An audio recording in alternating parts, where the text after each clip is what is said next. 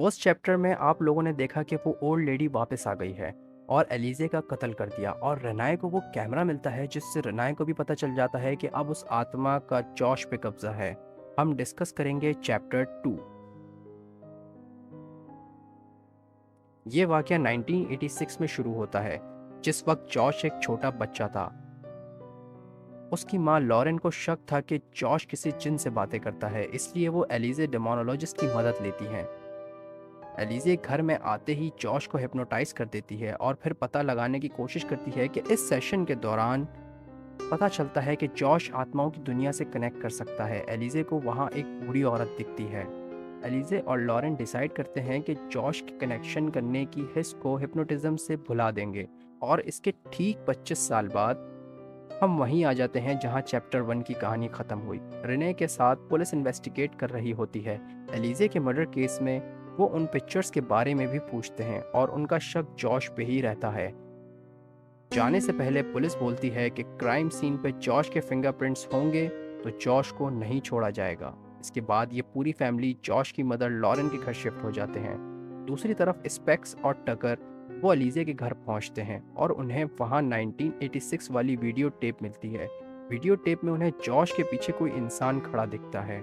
इस वाकये के ठीक अगले दिन डेल्टन अपनी माँ रेनाए को बताता है कि उसे फिर से बुरे ख्वाब आने लगे हैं और उस ख्वाब में एक औरत दिखती है जो वाइट ड्रेस में है। इन बातों को सुनकर रेनाए काफ़ी घबरा जाती है। यहाँ एक हैरान कर देने वाली बात ये थी, पुलिस की रिपोर्ट के मुताबिक एलिजे के पास पाए गए फिंगरप्रिंट्स जॉश के नहीं थे।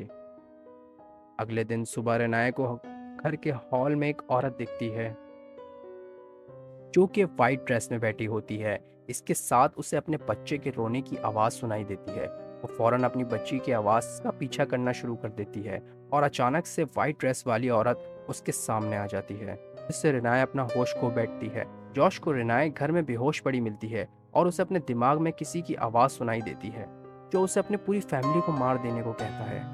दूसरी तरफ लॉरेन अलीजे के कोलीग्स स्पेक्स एंड टकर से मिलती है और इन वाकयात का जिक्र करती है। फिर तीनों मिलकर कार्ल से रब्ता करते और कार्ल वो डाइस यूज़ करके एलिजे की रूह से रब्ता करता है और डाइस के ज़रिए उन्हें मैसेज मिलता है कि उनके सारे सवालों का जवाब ओल्ड लेडी और एंजल हॉस्पिटल में मिलेंगे, जहां कई साल पहले लॉरेन काम किया करती थी। हॉस्पिटल जाते वक्त लॉरेन एक अपने पुराने पेशेंट की कहानी बताती है, जिसका नाम पार्कर था और उसने छत से कूदकर अपनी जान दे दी थी। पार्कर अपनी बॉडी ऑर्गन्स निकालने की कोशिश करता था। जॉश अपनी माँ लॉरेन के साथ पार्कर से मिलने गया था। वहाँ उस पर अटैक हुआ था।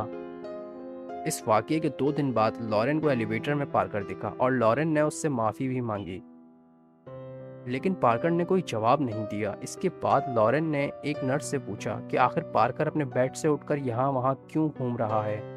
इस बात पे नर्स बहुत कंफ्यूज हुई क्योंकि एक दिन पहले ही पार्कर ने सुसाइड कर ली थी, तो आखिर एलिवेटर में वो कैसे मौजूद था।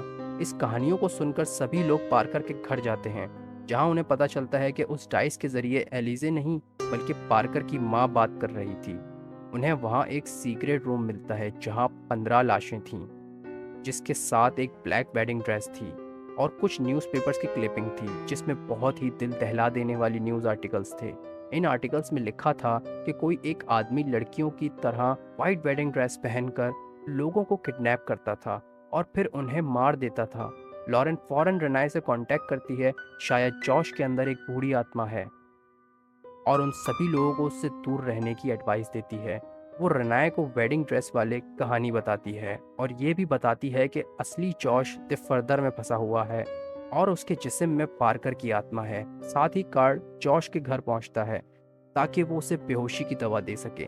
स्पेक्स और टकर भी हेल्प कर रहे होते हैं और जॉश इन तीनों को पकड़ लेता है। दूसरी तरफ लॉरेन को टेक्स्ट आता है कि अब सब कंट्रोल में है और वो रेनाए के साथ घर आ जाती है, लेकिन वहाँ जॉश मौजूद होता है और वो लॉरेन को एक अलमारी में बंद कर देता है। साथ ही वो रेनाए को मारने की कोशिश भी करता है। रेनाए और उसके बच्चे लॉन्ड्री रूम में छुप जाते हैं। डेल्टन किसी तरह से आत्माओं की दुनिया में चला जाता है और डेल्टन अपने फादर को बचाने की कोशिश करता है। इसी के साथ कार्ल भी आत्माओं की दुनिया में आ चुका होता है और उसे वहाँ जॉश मिलता है जो द फर्दर में होता है। अब वो दोनों मिलकर एलिज़ा को ढूंढते हैं, जो कि जॉश के पुराने घर में होते हैं। वहाँ जॉश देखता है कि एक शैतान जॉश की बेटी कैली को पजेस्ट करने की कोशिश कर रहा है। जॉश कार्ल साथ मिलकर उस शैतान को भगाते हैं। तीनों मिलकर पार्कर के घर जाते हैं, जहाँ उन्हें पार्कर का बचपन देखने को मिलता है। वो देखते हैं कि पार्कर की माँ उसे बहुत डांट रही है, क्योंकि वो पार्कर को बार बार बोलती है कि वो लड़का नहीं लड़की है और उसका नाम मैरिलन है। पार्कर की माँ वाइट ड्रेस पहनी होती है और जैसे ही उन्हें पता चलता है कि तीन लोग ये सब देख रहे हैं, वो कमरे का दरवाज़ा बंद कर देती है और जॉश पे अटैक कर देती है। इन्हें अब पता चलता है और जॉश की बॉडी में जो आत्मा है वो पार्कर की नहीं बल्कि उसकी माँ की है। ये बुरी आत्मा जॉश का गला दबाकर उसे मारने की कोशिश करती है, लेकिन एंड टाइम पे एलिजे और पार्कर आकर जॉश की मदद करते हैं और जान बचाते हैं। रियल वर्ल्ड में जॉश बेहोश हो जाता है। इसके बाद एलिजे उस औरत को मार देती है और वो तीनों इस घर से बचकर निकल जाते हैं। बाहर उन्हें डेल्टन मिलता है और वो जॉश और कार्ल को रियल वर्ल्ड में जाने का रास्ता दिखाता है, और कार्ल फिर हिप्नोटिज्म से दोबारा जॉश और डेल्टन की आत्माओं की दुनिया से कनेक्ट करने वाली प्रैक्टिस को भुला देता है। एक बार फिर से ऐसा लग रहा था कि सब कुछ ठीक हो गया है। इसके बाद हमें देखने को मिलता है कि स्पेक्स और टकर किसी फैमिली को विजिट करते हैं, जहां एक लड़की की पजेस्ट होने की खबर आती है। वो लड़की कोमा में थी और जैसे ही एलिजे उस लड़की को देखने जाती है, उस लड़की के पीछे इंसान उभरता हुआ दिखता है। उसे देखकर एलिजे भी हैरान हो जाती है। अब इस कहानी को नेक्स्ट चैप्टर में डिस्कस करेंगे।